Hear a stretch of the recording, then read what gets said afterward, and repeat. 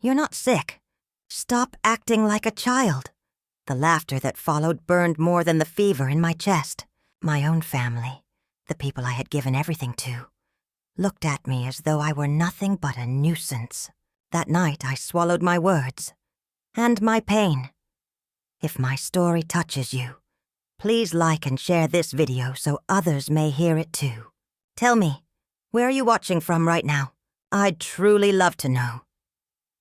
My name is Margaret, though most people simply call me Mother or Grandma. I am 69 years old, though the years on my face and the weight in my bones make me feel far older.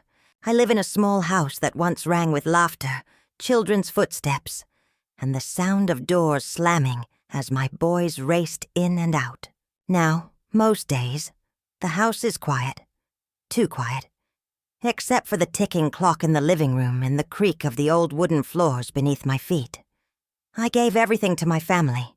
I worked double shifts when my husband lost his job. I went without new clothes so my children could have shoes. And I cooked meals from scraps just to keep them fed. I never complained, never asked for more than their presence at the dinner table and the warmth of their voices. But lately, I've become invisible in their eyes. They pass me in the hallway as though I am part of the wallpaper. They take my cooking, my care, my silence for granted. And when I finally spoke of my pain, of the illness gnawing inside me, they didn't hold me close. They laughed. When I close my eyes, I can still remember the days when my family was young and fragile, when everything I did was out of love and necessity. Back then, I never thought of my life as a sacrifice. It was simply my duty, my joy, my reason to keep going. I was only 23 when I held my first son in my arms. His tiny fists curled around my finger, and I promised him silently that no matter what storms came, I would shield him. By the time my second and third children were born, I was living on less than sleep, less than comfort, but somehow more than love. I worked in the mornings, sewing clothes for neighbors, and in the evenings I cleaned offices in town. My husband's job came and went with the seasons, but my children's needs never paused. I remember coming home past midnight, my hands raw from chemicals, and still heading straight into the kitchen to prepare their breakfast for the next day. I'd pack their lunches by candlelight, whispering small prayers that they would grow strong, that they would never know hunger the way I had. Those early years were lean, but they were full of laughter. I can still see them sitting around the table, their cheeks plump, eyes wide, reaching for bread I had baked from scratch. Even when all I had to offer was stew made from bones and potatoes, they would eat as if it were a feast. Their smiles made the cold rooms warmer. Their joy covered every hole in my shoes.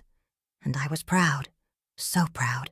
Each time they said, "Thank you, Mama," I felt 10 years younger. Each hug at the door erased my exhaustion. I told myself that this was love's true face, giving, without expecting much in return. I remember one winter particularly well. Snow pressed heavy against the roof, and the wind slipped through cracks in the old windows. My children huddled under blankets while I worked late into the night, knitting sweaters to sell. My fingers bled from the needles, but I stitched faster, determined that the cold would not touch their skin. When I placed those sweaters over their shoulders, they smiled at me with such adoration that my heart ached with both joy and pain. But with every passing year, I gave more of myself. My body began to bend under the weight of labor. My hair thinned earlier than it should have. Still, I told myself it was worth it. Each school fee paid, each pair of shoes bought, each graduation ceremony attended. I thought these were the foundations of gratitude, of family bonds that would never break. I gave up the little things, too. Friends invited me to gatherings, but I rarely went. A new dress for myself always felt selfish when the children needed notebooks. My dreams of traveling, of learning to paint, of resting, all were pushed aside. My life became a long road paved with some days. A road I told myself I would finally walk when my children were grown and settled. And they did grow. They became men and women with voices louder than mine, with lives that no longer needed my hands at their back. I watched them spread their wings, and though my chest ached at the quiet that followed, I told myself this was the reward of motherhood, to raise them so well that they would no longer need me. Still, I thought, they would never forget me. I thought the love I poured out would echo back in visits, in concern, in tenderness when my hair turned gray and my steps slowed. I believed that love once given would remain, like a well that never runs dry. But I was wrong. The early years of sacrifice became nothing more than faint stories they laughed at over wine. My sleepless nights became invisible. My pain, when it finally came, was brushed aside, and all the love I poured into them became something they felt entitled to, not something they cherished. When I think back to those days of sacrifice now, my chest tightens with a bitter kind of nostalgia, because I realize the love I gave so freely was never truly seen. It was consumed, devoured, forgotten, until nothing was left but a tired woman standing quietly in the corner of her own life. It began so quietly, almost like a whisper I ignored. At first, it was nothing more than a heaviness in my chest, a tiredness that no amount of rest could cure. I told myself it was simply age, that after decades of working, my body was finally asking me to slow down. And so I pushed through. I remember one morning in particular. The sunlight streamed through the kitchen window as I prepared breakfast.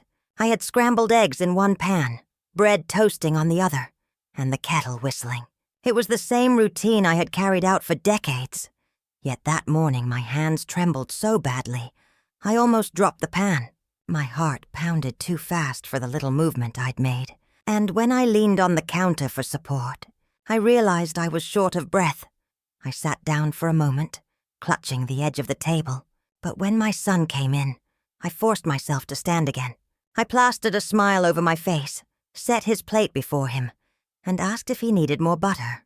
He never noticed the sweat on my brow, the way I pressed one hand against my ribs to ease the sharp ache inside. Days turned into weeks, and the symptoms grew heavier.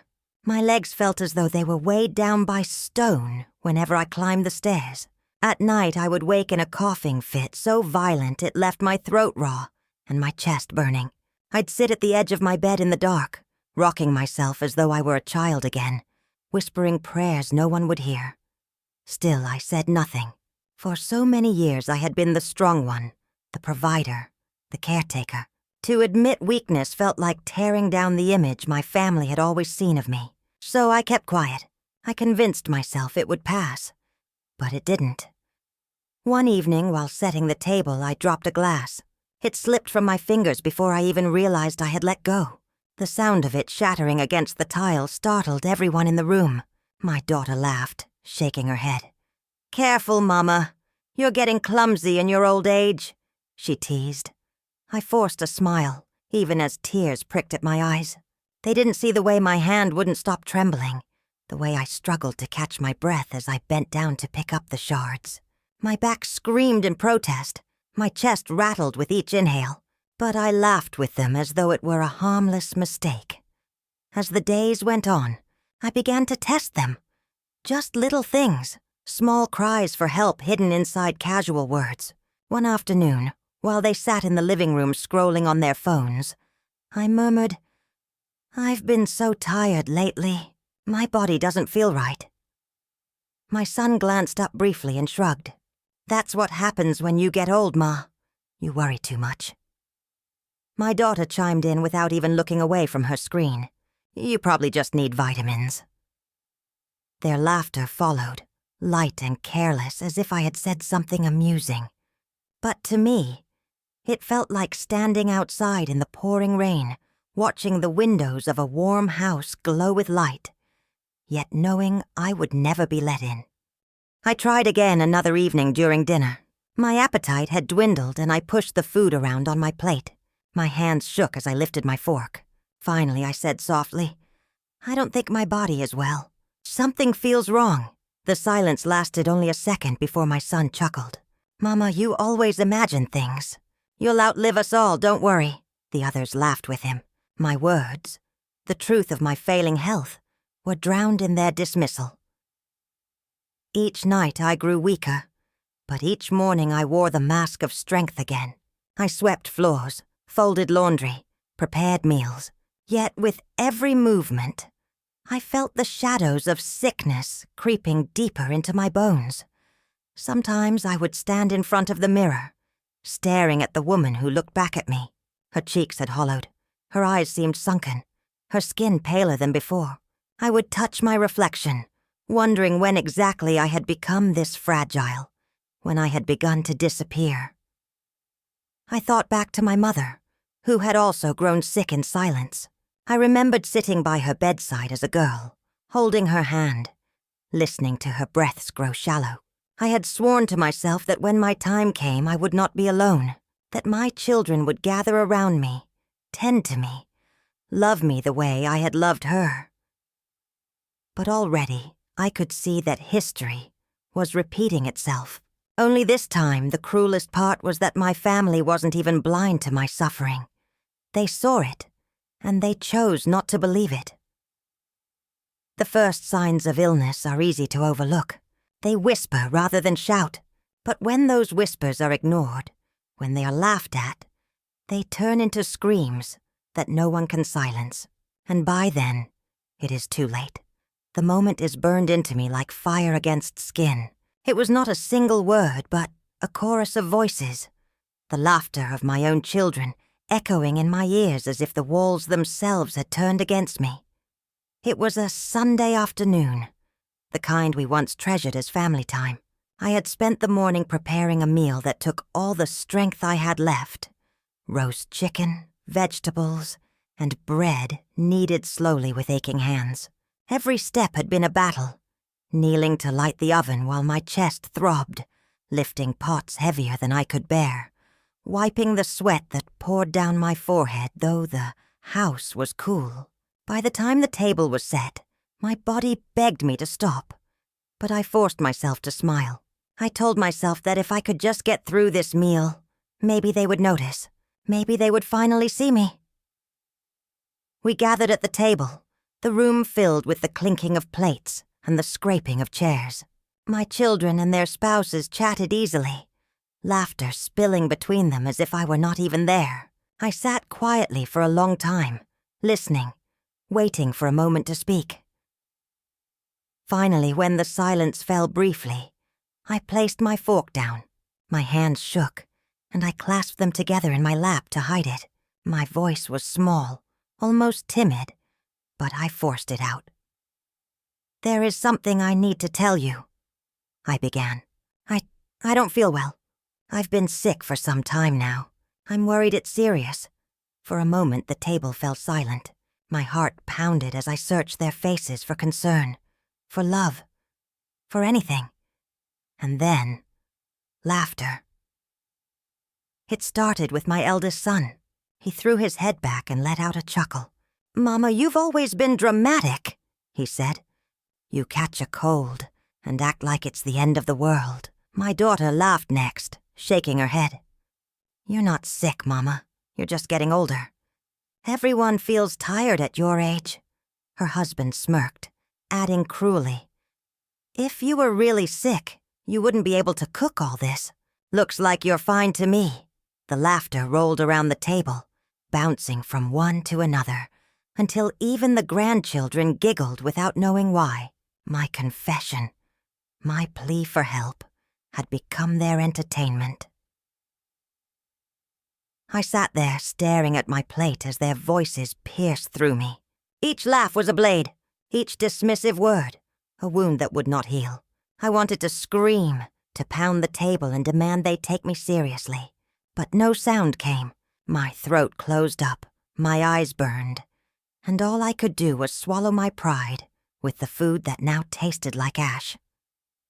"Don't talk like that, Mama," my second son said finally, wiping tears of laughter from his eyes. "You'll outlive us all." And the laughter started again. I forced myself to smile, though my lips trembled. I nodded, pretending to agree, though inside my chest a storm raged. They thought I was exaggerating. They thought I was foolish.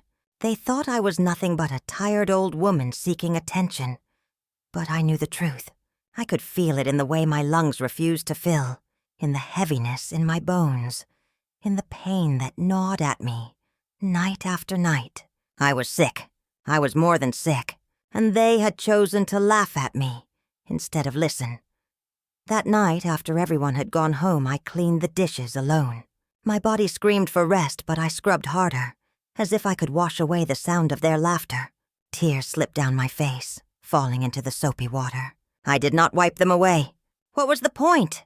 No one would notice. When the kitchen was clean, I sat at the table in the dark, staring at the empty plates. I thought of the meals I had cooked over the years, the birthdays, the holidays, the countless nights of hunger I had covered with my own sacrifice. I thought of the promises I had made to myself, that my children would never feel alone, never feel ignored, never feel unloved. And now here I was, alone, ignored, unloved. The cruel laughter still echoed in my ears as I went to bed that night. I lay on my side, clutching my chest as the pain pulsed through me. And for the first time in my life, I wondered if silence would be easier. Because what use were words, if the people you loved most only turned them into a joke? After that night, something inside me shifted. I no longer tried to explain myself, no longer reached for sympathy that would never come. Their laughter had carved a wound too deep, and in its place, silence began to grow. It was not a loud silence, not the kind filled with slammed doors or bitter arguments. No. My silence was soft, almost invisible, like dust settling in the corners of a forgotten room. At first, I don't think they even noticed. That was the cruelty of it. They had grown so accustomed to my presence, my service, my endless giving, that they never realized when I stopped offering pieces of myself. Mornings once filled with cheerful greetings became quiet. I still rose early, still brewed the coffee, still laid out the bread and butter. But I no longer asked how they had slept, no longer told stories of my dreams.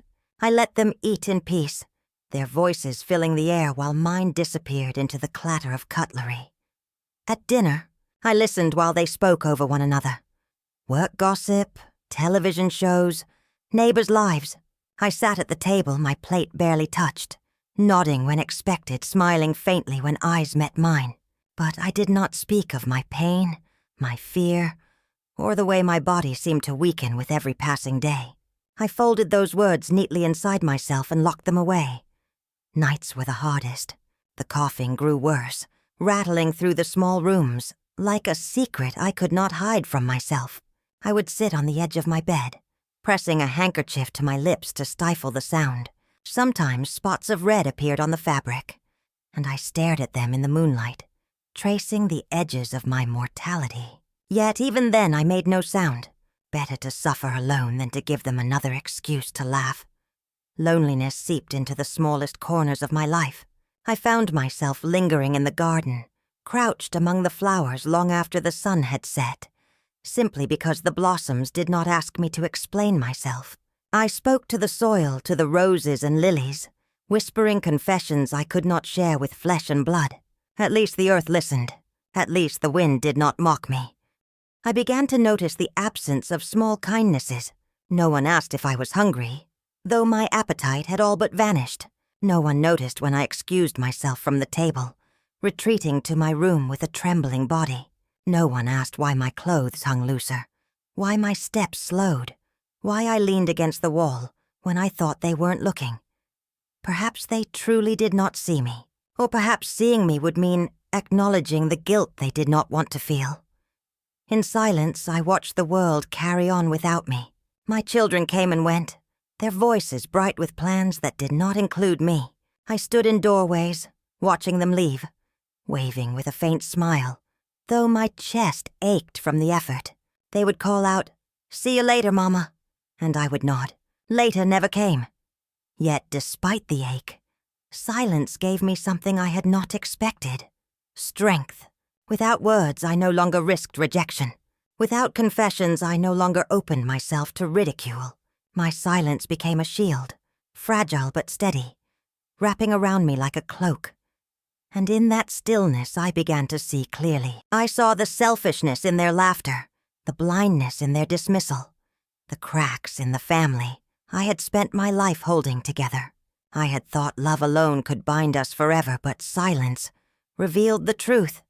Without effort, without care, bonds wither like neglected vines. I started to keep a journal.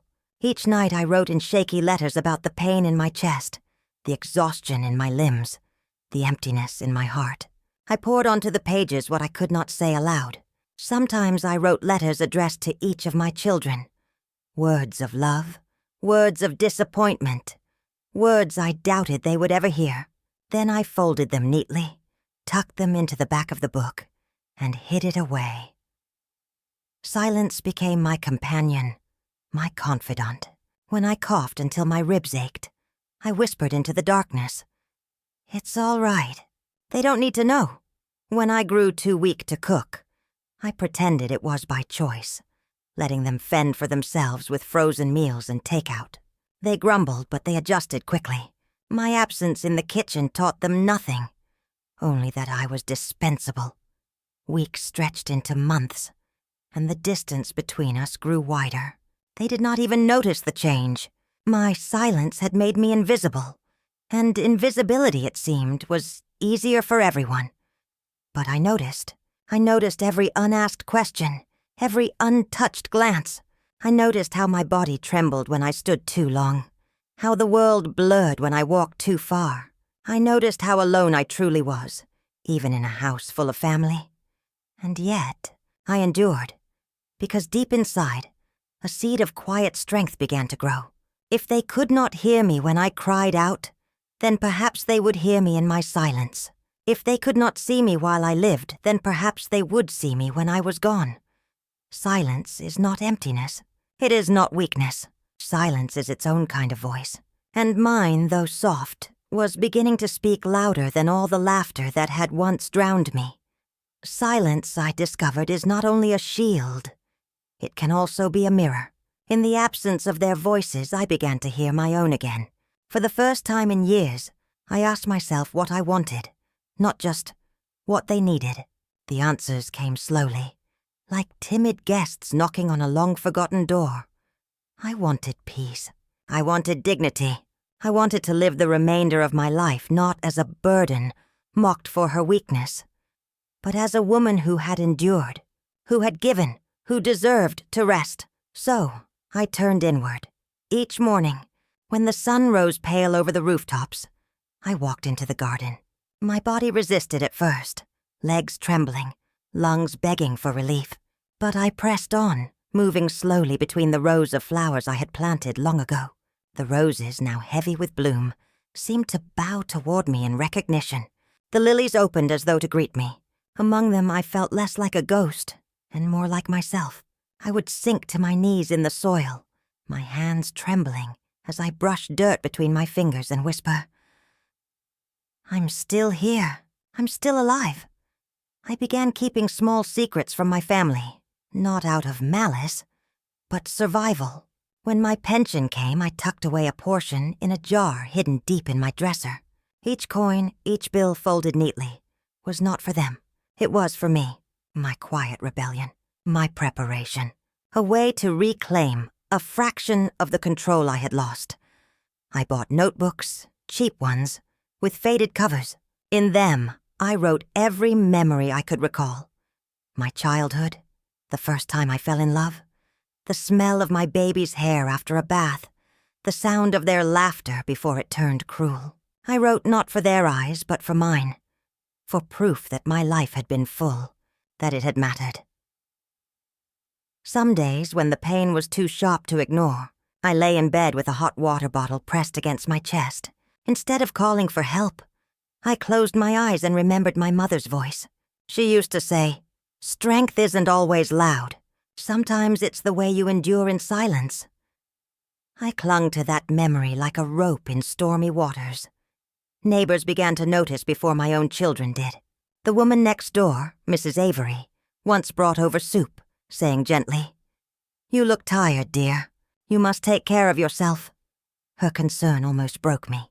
It had been so long since anyone had spoken to me with genuine care. I thanked her, though my voice cracked, and I savored that bowl of soup as though it were a treasure. In those quiet months, I realized that I was not powerless. I still had choices. I could not control the illness that gnawed at me, nor could I control the indifference of my family. But I could control the way I responded. And I chose dignity. I began to practice silence like it was an art. When they dismissed me, I did not argue. When they ignored me, I did not beg. My silence unsettled them, though they would never admit it. Sometimes I caught them glancing at me, perhaps wondering why I no longer tried. But I offered no answers. Let them wonder. Let the weight of their own conscience gnaw at them in the quiet. And in that silence, I grew stronger. Not in body, but in spirit. I was no longer the woman begging to be heard. I was the woman who no longer needed their ears. At night, when the pain surged, I prayed softly, not for healing, but for endurance, for the strength to see this through to the end with grace. My prayers became less about survival and more about clarity. I knew then that I was preparing myself, not for death, though that shadow loomed near, but for a reckoning, for the moment when my silence would speak louder than any words I had ever said. Hidden strength is not the kind others cheer for. It does not roar or conquer or demand. Hidden strength is quiet. It is the stillness of a tree weathering a storm, the endurance of roots clinging to the earth long after branches have broken. And I was that tree. The day came quietly. Without warning, I had gone to the clinic alone, a scarf wrapped around my shoulders, my steps slow but determined. I did not tell my children where I was going. They would not have cared. And even if they did, I no longer trusted their laughter not to echo in the sterile walls of the doctor's office. The waiting room smelled faintly of antiseptic and wilted flowers. I sat among strangers, clutching my handbag tightly, as if it were the only anchor keeping me from floating away. My heart beat fast, not only from fear of what I might hear, but also from the exhaustion of walking there by myself. When the doctor finally called me in, I sat on the edge of the chair, my hands folded neatly in my lap. His words came gently, but they were heavy enough to shatter me inside. "Your condition has advanced. This isn't something you can ignore anymore. You'll need treatment and rest. A lot of it." For a moment I couldn't breathe, not because of the illness, but because his words confirmed what I had always known, what my family had refused to believe. I wasn't imagining it. I wasn't weak. I wasn't dramatic. I was sick, gravely so. I left the clinic with a small packet of papers clutched to my chest, my eyes stinging. The world outside looked the same. Children still laughed on the sidewalks. Cars still rumbled down the street. But inside me, everything had shifted. The truth was finally mine to hold. Yet I did not tell them. I walked back home slowly, every step measured. With each breath, I made a decision. If my family had chosen to laugh when I was vulnerable, then they did not deserve the intimacy of my truth now. They did not deserve the weight of my diagnosis, my illness, my struggle, my time left. These things belonged to me alone. And so, I began to prepare. I dug out the jar of savings I had hidden away, counted each bill with trembling fingers, and placed them into envelopes.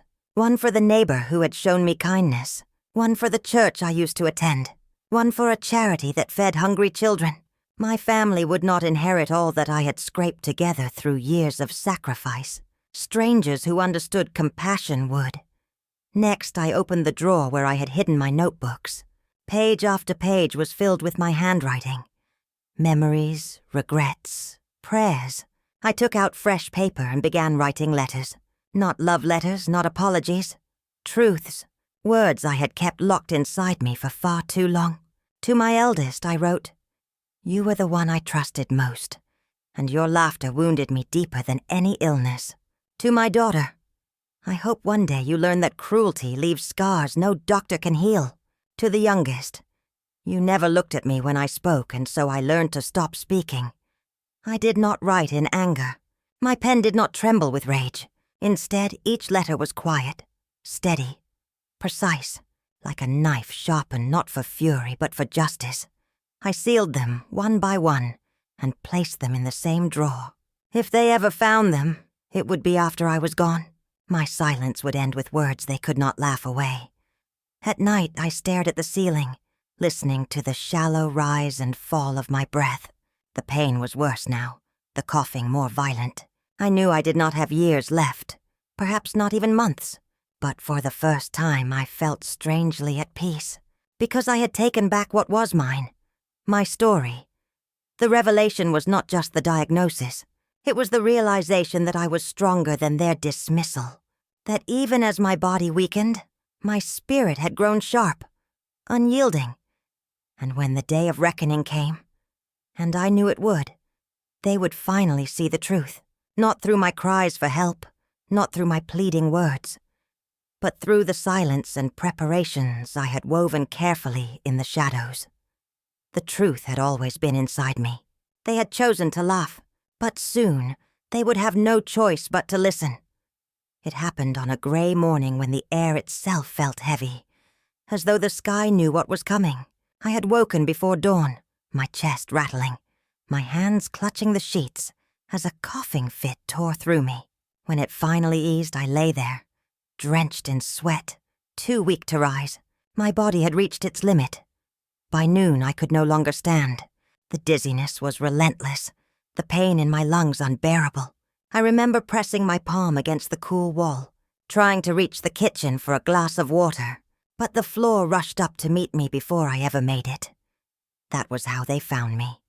On the ground, my breath shallow, my eyes closed. Panic flooded the house. My children shouted my name, their voices frantic, echoing in a way I had not heard in years. They carried me to the hospital, their hands finally holding me, though not with love, only with fear. The hospital smelled of disinfectant and rain-soaked clothes.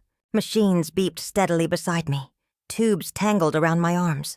My children hovered, pale and shaken, whispering among themselves. For once, the laughter was gone. In its place hung silence. My silence, stretched across the room like an invisible wall. They tried to speak to me. My eldest leaned close, his voice cracking. "Mama, why didn't you tell us it was this bad?" I turned my head slightly, my eyes meeting his, but I said nothing. What could I say? I had told them. I had spoken, pleaded, confessed. They had laughed. Now, the weight of that choice rested on their shoulders, not mine. My daughter grasped my hand, her eyes wet. We didn't know. We didn't realize. Her words trailed off into sobs. Still, I remained silent, my lips pressed together, my gaze steady. Let her cry. Let them all feel the sting of regret. My silence was louder than any reproach I could give. Hours passed. Doctors moved in and out, and my children shifted uncomfortably in the chairs around my bed. They spoke in hushed tones, but I heard them. She should have said something. She always hides things. No, she told us. Remember, at dinner? We laughed. The words cracked like glass. For the first time, their own voices became mirrors, reflecting the cruelty they had shown me. And I, silent, unmoving, was the reflection staring back. In those hours, I realized the revenge I had never sought had arrived on its own. It came not through anger or punishment, but through the truth. They were trapped in the prison of their own memory, forced to replay the moment they had chosen to laugh while I cried for help. I closed my eyes, not to sleep, but to keep them from seeing the tears that welled there. Not of weakness, no. These were tears of release. Finally they saw me. Finally their laughter had ended. When night fell, the nurse dimmed the lights. My children whispered promises, that they would take care of me now, that they would never ignore me again, that things would be different. I listened quietly, breathing shallow, my silence answering them more powerfully than words ever could. They wanted forgiveness, but forgiveness is not given in a single night. It is earned in the quiet hours they had never spared for me before. And as I drifted into uneasy sleep, surrounded by the people who had once mocked me, I knew one truth with certainty. The day of reckoning had come, and it had not required my voice. My silence had spoken for me.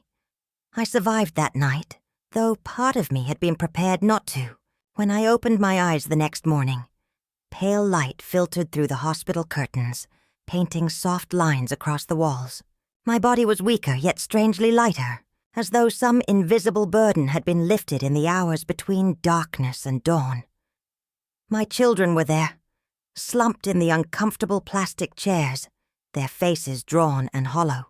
I could tell they had not slept. For once it was they who bore the weight of worry, while I lay still, watching quietly. They spoke to me in softer tones now, words I had longed for but no longer needed, promises of care, apologies whispered through cracked voices, confessions of guilt they had tried to bury for months. Mama, we were wrong. We should have listened. I don't know how you can ever forgive us. But forgiveness was no longer my concern. I did not feel the need to rise up with bitterness, nor to soothe them with easy absolution. My silence, steady and calm, was enough. They wept into that silence, filling it with their remorse, and I simply lay there, breathing. My presence alone a mirror of their failures and their love. Too late, but real nonetheless. In the weeks that followed, the rhythm of life shifted. They began to appear at my bedside daily, bringing me water, helping me sit up, reading aloud when my eyes were too heavy to stay open. Small things, ordinary things, that once had seemed too much to ask of them. I did not gush with gratitude. I did not scold them either. I let them do it, let them feel the weight of their choices, let them rebuild piece by piece, knowing every act came not from habit, but from guilt and love wrestling inside them. At home, things changed as well. My daughter cleaned the kitchen without complaint, something she had never done willingly before. My eldest son checked the cupboards, asking what I needed. My youngest, once so quick to avoid my gaze, now lingered near me, searching my face as if trying to read the thoughts I no longer spoke aloud. But though their behavior softened, my silence remained. It had become my shield, my quiet power. In speaking less, I finally commanded more. They leaned closer, listened harder, valued each word I chose to let slip. Peace did not arrive with dramatic gestures. It came slowly, in the way the air in the house grew gentler, in the way footsteps softened, in the way meals were no longer eaten in haste, but shared with careful attention. I found peace, too, in myself. I began to write again in my notebooks, not with anger, but with reflection. I wrote about my life, about the woman I had been before the illness, about the sacrifices I had made that no one had thanked me for. I wrote not for them, but for me, so that when I am gone, there will be proof that I lived, that I mattered, that I was more than just the silence they once ignored. Sometimes, when the nights are quiet and my body aches, I think about the laughter that once cut so deep. It no longer stings as it did before. Now, it is a memory of who they were, not who they are becoming. The wound is still there, but healing has crept in, stitching me together in ways I never thought possible. I do not know how much time I have left. The illness is still with me, a shadow that does not lift, but I no longer fear it. I have already won in the ways that matter. I found my strength not in shouting, not in demanding, but in the silence that forced them to see me. And when the final day comes, whether it is soon or far away, I will go knowing that I did not die unheard. I will go knowing that silence, when carried with dignity, can be louder than laughter, stronger than betrayal, and more lasting than regret. That is my peace. I often think back to that evening when they laughed, the moment that broke something inside me. It is strange how one sound, one careless reaction, can cut deeper than any illness ever could. For months I carried that wound quietly, convinced I would never heal from it. And yet, here I am, different, stronger. Not because they changed, but because I did. My silence became my sanctuary.